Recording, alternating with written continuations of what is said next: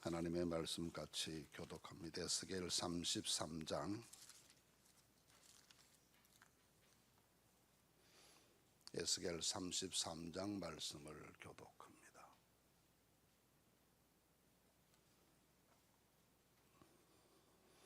여호와의 말씀이 내게 임하여 이르시되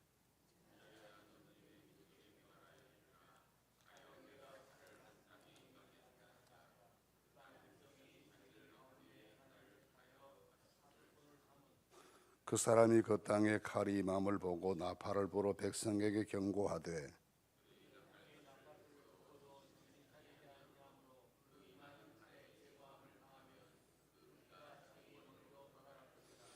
그가 경고를 받았던들 자기 생명을 보존하였을 것이나 나팔 소리를 듣고도 경고를 받지 아니하였으니 그 피가 자기에게로 돌아가리라.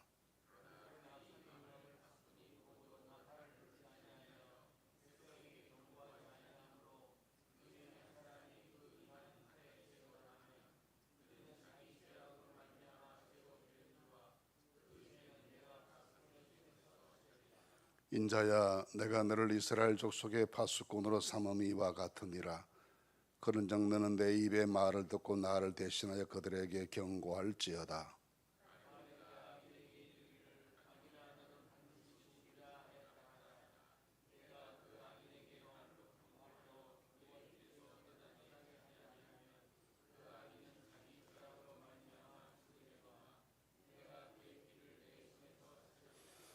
그러나 너는 악인에게 경고하여 돌이켜 그의 길에서 떠나라고 하되 그가 돌이켜 그의 길에서 떠나지 아니하면 그는 자기 죄악으로 말미암아 죽으려니와 너는 내 생명을 보존하리라.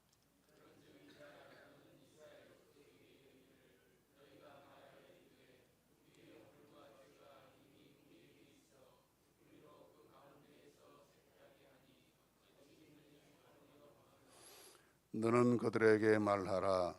주 여호와의 말씀이니라.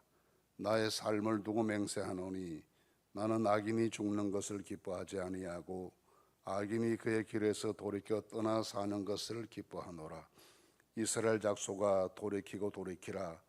너희 약한 길에서 떠나라. 어찌 죽고자 하느냐 하셨다 하라.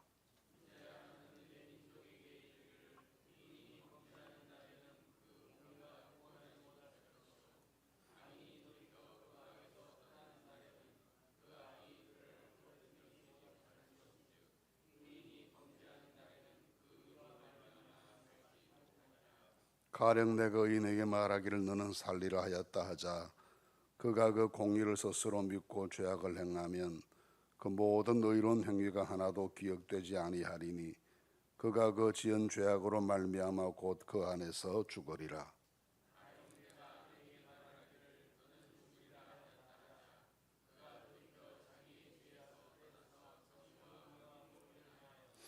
저당물을 도로 주며 강탈한 물건을 돌려보내고 생명의 율례를 지켜 행하여 죄악을 범하지 아니하면 그가 반드시 살고 죽지 아니할지라.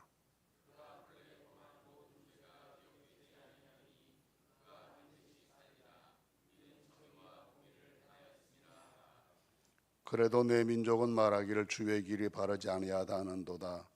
그러나 실상은 그들의 길이 바르지 아니하니라.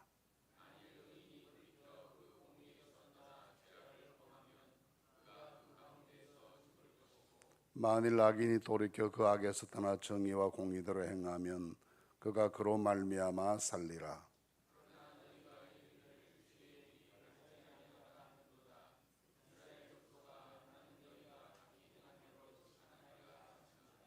우리가 사로잡힌 지 12해 제 10째 달 5째 날에 예루살렘에서부터 도망하여 온 자가 내게 나와 말하기를 그 성이 함락되었다 하였는데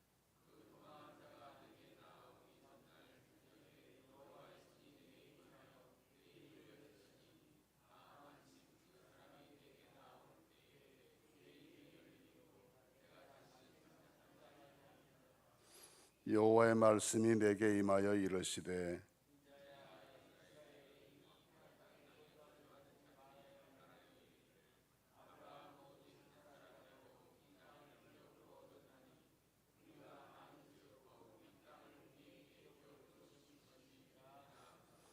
그러므로 너는 그들에게 이르기를 주 여호와께서 같이 말씀하시되 너희가 고기를 핏째 먹으며 너희 우상들에게 눈을 들며 피를 흘리니 그 땅이 너희의 기업이 될까 보냐.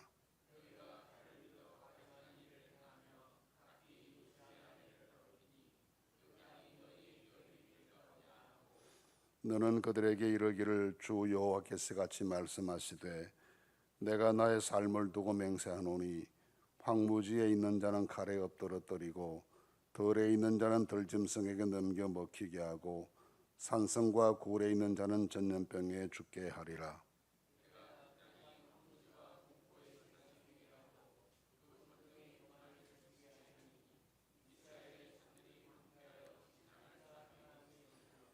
내가 그들이 행한 모든 가증한 일로 말미암아 그 땅을 황무지와 공포의 대상이 되게 하면 그때 내가 여호와인 줄을 그들이 알리라 하라.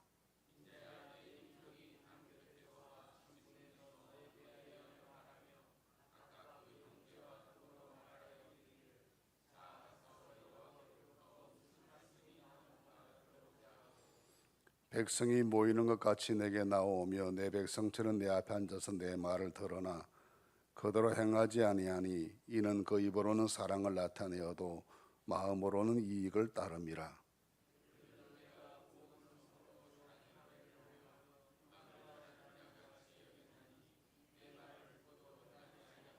같이 봅니다. 그 말이 응하리니 응할 때에는 그들이 한 선지자가 자기 가운데 있었음을 알리라. 아멘.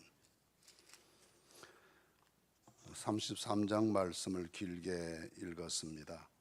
33장에서부터 39장 말씀까지가 에스겔서의 세 번째 큰 단락인데 이 세 번째 큰 단락은 이스라엘의 회복에 대한 하나님의 약속의 말씀이 그 주류를 이루고 있습니다.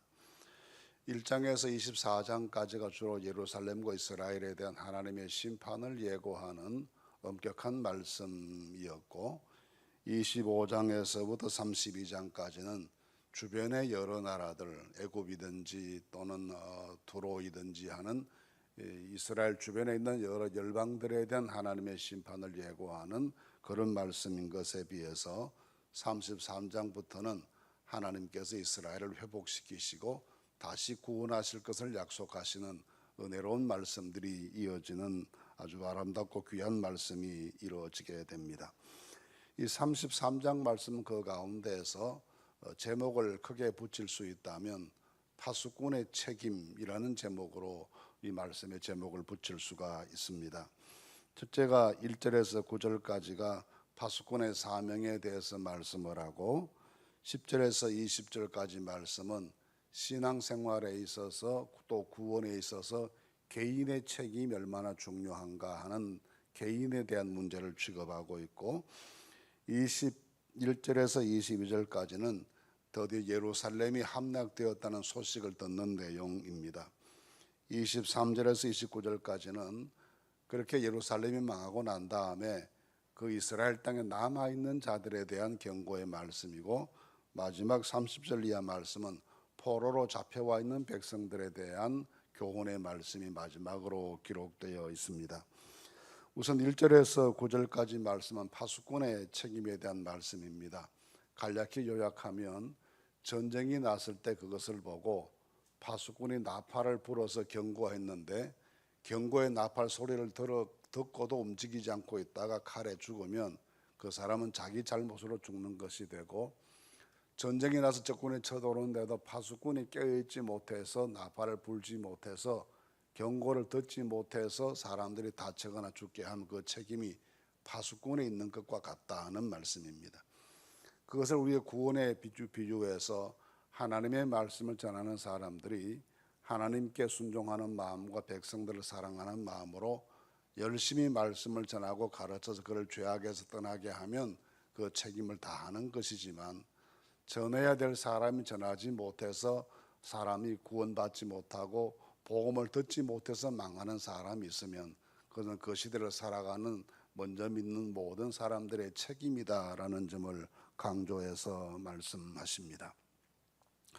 이것은 교회의 책임이 얼마나 큰가, 또 먼저 믿는 그리스도인의 책임이 얼마나 소중한가, 엄중한가라는 것을 말씀하시는 그런 내용으로 1절에서 9절까지 말씀이 주어져 있습니다. 복음을 전하지 않고 우리가 악하고 게을러서 주변의 사람들이 또 열방 가운데 믿음의 구원의 복음 소식을 듣지 못해서 망하는 자들이 있으면 그 일에 대해서 교회가 책임을 피할 수가 없고, 전에도 믿지 않는다고 했을 때 그 책임으로부터 우리가 자유로울 수 있다는 말씀입니다. 그래서 하나님께서는 7절에서 9절까지 말씀에 인자야 하고 에스겔을 부르시면서 네가 바로 이 역사의 파수꾼이다, 이 민족의 파수꾼이다, 그 파수꾼의 책임을 잘 감당하라는 당부의 말씀을 하시고 계십니다. 우리 역시 하나님께로부터 부름받은 파수꾼인데 이 파수꾼의 책임을 잘 감당해서 주변에 있는 모든 사람들에게, 나와 관계된 모든 사람들에게, 우리가 기도하는 열방의 모든 사람들에게 우리 할 수 있는 모든 노력을 기울여서 복음의 나팔을 불고 하나님의 말씀을 전하기를 게을리하지 않아야 우리 시대의 책임을 다하는 것이다 라고 할 것입니다.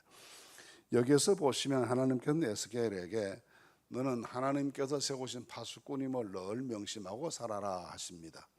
우리 역시 마찬가지입니다. 우리는 하나님께서 세우신 이 시대의 파수꾼인 것을 늘 명심하고 이 자기 정체성에 흔들림이 없이 믿음으로 살아야 한다는 것을 말씀합니다. 둘째로 파수꾼은, 영적인 파수꾼은 하나님의 계시의 말씀을 듣고 그 말씀을 바르게 선포하는 사람인 것을 기억해야 합니다. 자기 마음대로 해석하거나 덧붙이거나 빼거나 하지 말고 적군이 쳐들어오면 쳐들어온다고 말해야 되고 오지 않으면 오지 않는다고 말해야 되는데 여기에서 자기 임의로 말씀을 혼잡하게 하지 말라는 말씀입니다. 파수꾼은 항상 하나님의 계시를 받고 백성들에게 전달하는 사명이 있는 사람인 것을, 말씀의 전달자인 것을 기억하라고 하십니다. 셋째는 우리에게는 경고하는 사명이 있다는 것입니다. 위험성을 알려주고 그 길로 가면 안 된다고 말을 하고 위험하다고 항상 경고해주는 이 경고자의 사명이 파수꾼에게 있다는 것을 명심할 것을 말씀하십니다. 이어지는 10절에서 20절 말씀은 주로 개인적인 영적 책임에 대해서 말씀하시는데, 이 부분을 요약하면 한 사람이 좋은 신앙으로 살고 의로운 생활을 잘 하다가 끝에 가서 범죄하고 타락하게 되면 지난날 의롭게 살아온 모든 것들이 다 무효하게 되고 그가 구원받지 못하고 망하는 사람이 된다는 것입니다. 또 반대로 한 사람이 옳지 못한 삶을 살고 믿음 없는 삶을 살다가도 어느 날 하나님께 회개하고 돌아와서 바른 믿음으로 살아서 그 후로부터 말씀에 순종하는 그런 성도의 길을 잘 걸으면 지난날의 죄 때문에 그를 망하게 하지는 않는다는 것입니다. 이것은 곧 우리가 지난날의 내 믿음과 헌신과 수고 때문에 구원받는 것 아니고 항상 구원은 현재형이어서 오늘의 내 신앙이 나를 결정한다는 것이고, 지난날에 잘못이 있었다고 하더라도 그 잘못을 뉘우쳐 회개하면 그 지난날의 죄값 때문에 그가 망하지 않게 하시는 하나님의 자비하심이 있다는 것을 말씀하십니다.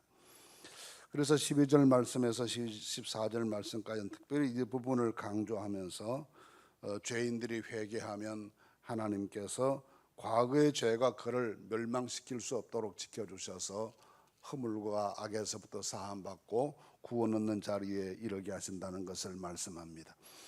그러면서 15절에서 16절 말씀을 보시면 그 회개하는 자세와 내용을 말씀하십니다. 15절 말씀 보시면 저당물을 도로주며 강탈한 물건을 돌려보내고 생명의 율례를 지켜 행하여 죄악을 범하지 아니하면 그가 반드시 살고 죽지 아니할지라. 그가 본래 범한 모든 죄가 기억되지 아니하리니 그가 반드시 살리라. 이는 정의와 공의를 행하였음이라 하라 하셨습니다. 과거에 허물과 죄 가운데 살았다 할지라도 하나님의 말씀을 듣고 회개하고 돌이켜서 진실과 정의를 행하고 생명의 말씀을 따라 살기 시작하면 그 지난날의 죄 때문에 망하는 일이 없도록 하나님께서 지키시고 그 앞길을 보장하실 것을 말씀하셨습니다. 이것은 모든 사람에게 있어서 자기 미래가 그 자신이 책임 있게 회개하는가 그렇지 못한가에 달려 있음을 보여줍니다. 우리 모두는 소중한 인생을 하나님께로부터 부여받고 나그네 길을 살아갑니다. 살다 보니 도전도 많고 시험도 많고 유혹도 많아서 때로는 넘어지기도 하고 실수하기도 하고 하나님 앞에 범죄하기도 하는 삶을 살아갑니다. 그런 모든 삶에 대해서 스스로 그 모든 삶에 대해서 모른 척하고 눈 감고 지나가는 것이 아니라 하나님 앞에 정직한 마음으로 성실하게 회개하고 오늘 여기 있는 말씀처럼 잘못 가져온 것은 돌려보내고 갚을 것은 갚고 그렇게 실질적인 회개 행위가 이어지게 되면 하나님께서 지난날의 과거를 허물 삼지 않으실 것이라는 말씀입니다. 결국 살고 죽고 구원받고 그렇지 못한 것이 그 자신의 성실한 회개 여부에 달려있는 개인의 책임이 된다는 점을 강조해서 말씀해 주십니다. 21절 22절 말씀은 좀 색다른 말씀인데 어떤 사람이 예루살렘으로부터 달려와서 예루살렘이 드디어 바벨론에 함락되었다는 소식을 전했다라고 했습니다.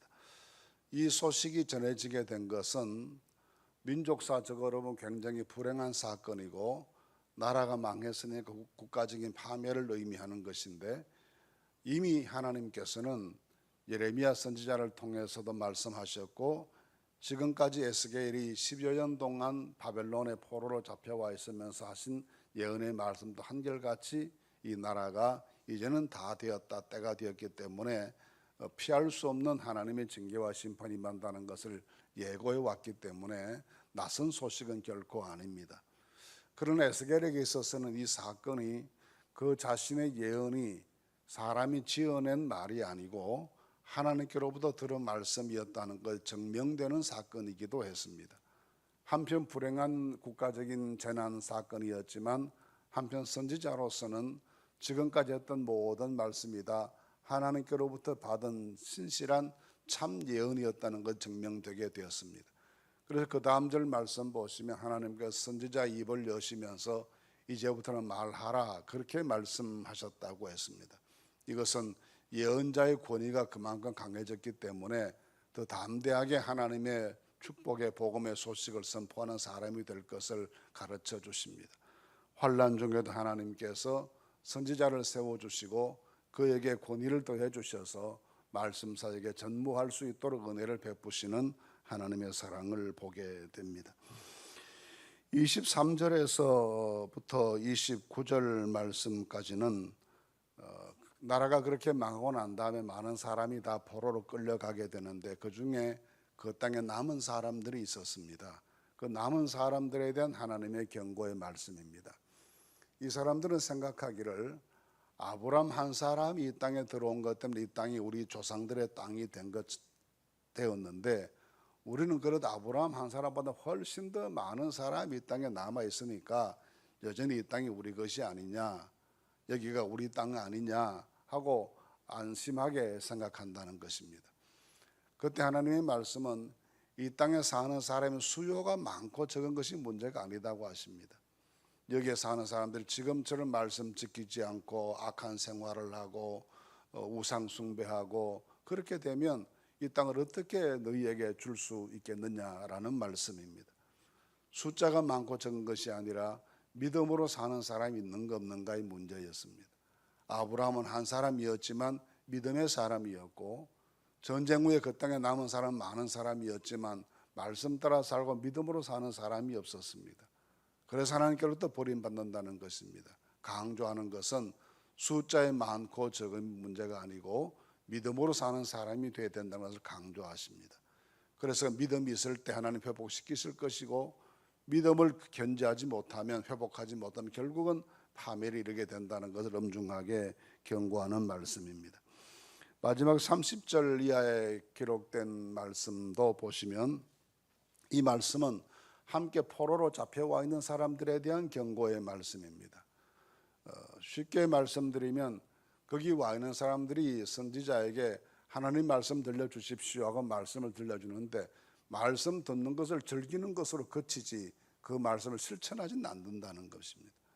하나님의 말씀 듣는 것이 연예인이 노래하고 코미디언이 만담하는 소리를 듣는 것처럼 재미있게 듣는 것으로 끝나면 무슨 유익이 있느냐는 것입니다.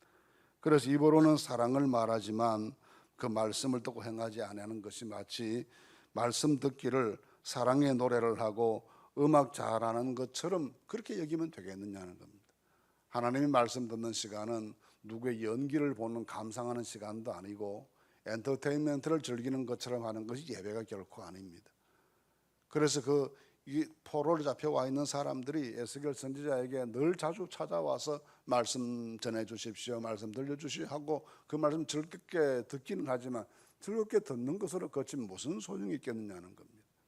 하나님 말씀 듣고 마음이 즐거워지는 것은 좋은 것이지만 그 이후에 힘들고 어렵더라도 믿음의 길을 바르게 걷는 결심이 중요하다는 것을 가르쳐 주십니다. 이렇게 해서 이 33장 말씀은 우리에게 파수꾼의 책임이 있음을 가르쳐 주고 어디에 살든지 이스라엘 땅에 살든지 바벨론 포로지에 살든지 간에 믿음 지켜 사는 것이 가장 중요한 사항이라는 것을 가르쳐 줍니다. 오늘 하루를 살아가시면서 믿음으로 살아가는 것이 가장 중요한 우리의 명심사항인 것을 기억하고 언제 어디서든지 말씀 따라 살아가는 하나님의 사람으로 신실히 서는 축복이 함께 하시게 되기를 간절히 바랍니다. 하나님께서 우리와 함께 해 주실 줄로 믿습니다.